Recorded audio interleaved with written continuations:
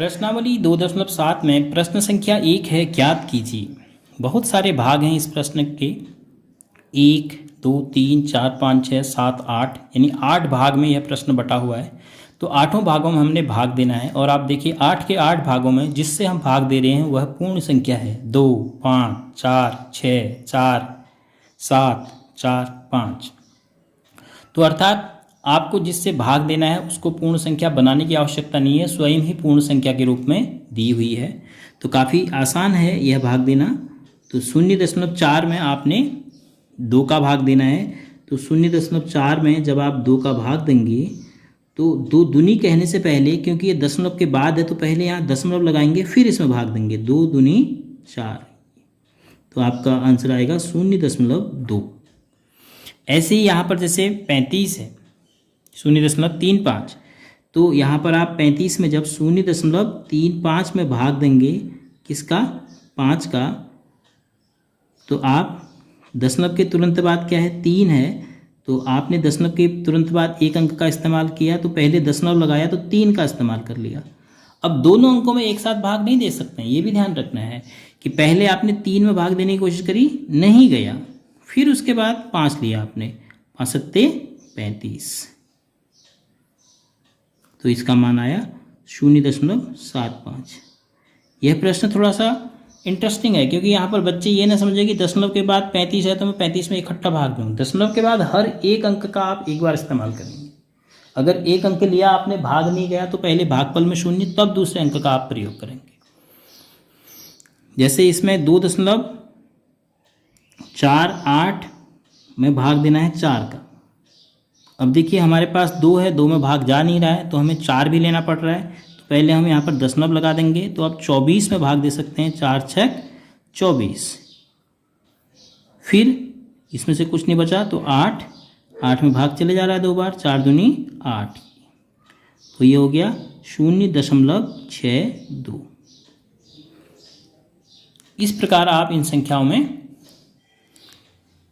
भाग देंगे और प्रथम 3 भाग मैंने आपको बता दिए हैं, तो बाकी भाग आप स्वयं कर सकते हैं। जैसे इसको आप देख लीजिए, ये थोड़ा सा प्रश्न संख्या 1 के दूसरे भाग का ही जैसा है, 14.49 भागा 7।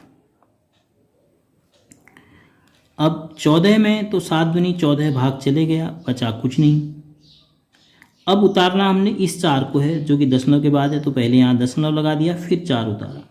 तो अब ऐसा नहीं कि हम 9 को भी उतार देंगे, एक अंक उतारने के बाद भाग नहीं गया तो लब्धि में 0, फिर उसके बाद दूसरा अंक उतरेगा 9, तो 7 सत्ते 49, तो इसका मान आएगा 2.07। इसी प्रकार हम बाकी प्रश्नों को भी कर सकते हैं। तो बाकी सभी भाग आपके अभ्यास के लिए हैं, आप उनको ज़रूर अपनी ई-लर्निंग मैथमेटिक्स की कॉपी में कीजिए, और किसी भी प्रकार की समस्या के लिए आप पर्सनली उसको मैसेज के द्वारा मुझे प्रश्न या जो भी आपकी समस्या है वो लिखकर भेज सकते हैं। प्रश्नावली 2.7 प्रश्न संख्या 2 ज्ञात कीजिए। प्रश्न संख्या 3 में भी ज्ञात कीजिए हमें पूछा गया है, और प्रश्न संख्या 4 उसमें भी ज्ञात कीजिए। और हर प्रश्न में 100 का, 1000 का या 10 का हमें भाग देना है। तो यह आपको शुरुआत के वीडियो में बताया था कि 10 से भाग देने में दशमलव कहाँ विस्थापित होगा, 100 से भाग देने में कहाँ और कितना स्थान विस्थापित होगा। तो आसानी से आप इनके उत्तर सीधे सीधे लिख सकते हैं। जैसे 0.48 हो जाएगा ये, क्योंकि एक स्थान बाईं ओर 4 के बाईं तरफ दशमलव आ जाएगा। तो कुछ भाग मैं आपको करके दिखा रहा हूँ। जैसे 272.23 है, तो एक स्थान बाईं तरफ, तो 2 और 7 के बीच में, तो उत्तर आएगा 27.223। केवल आपने दशमलव को बाईं तरफ विस्थापित करना है। अब माना 100 से भाग देना है, तो 2 स्थान, अब यहाँ पर देखिए 3, यहाँ पर 2 दशमलव था ही, एक स्थान 0 बढ़ाया हमने ये, फिर एक स्थान, तो दशमलव यहाँ पर आ जाएगा। 2 स्थान बाईं तरफ, स्थान नहीं है तो स्थान के लिए हम 0 बढ़ाएंगे। अब जैसे यहाँ पर 2 स्थान बाईं तरफ दशमलव को विस्थापित होना है, 100 से भाग देना है, तो 2 स्थान हैं 1 2, तो शुरू में ही दशमलव आ जाएगा, 2 3 6 आएगा उत्तर। लेकिन यहाँ पर आप बाईं तरफ अपनी ओर से शून्य रख सकते हैं। अब 1000 से भाग देना है, तो 1000 से भाग देना है तो 3 स्थान। अब जैसे यहाँ पर पहले ही प्रश्न में स्थान ही नहीं है कि एक ही स्थान आप मूव करा सकते हैं, तो 7 9, तो बाकी कहाँ से आएंगे, तो एक स्थान ये बना दिया हमने, एक स्थान ये बना दिया, तो दशमलव यहाँ लगा दिया, 3 स्थान हो गया। देखो 1 2 3, क्योंकि 7 के इधर था दशमलव, 1 2 3 स्थान इधर चले गए।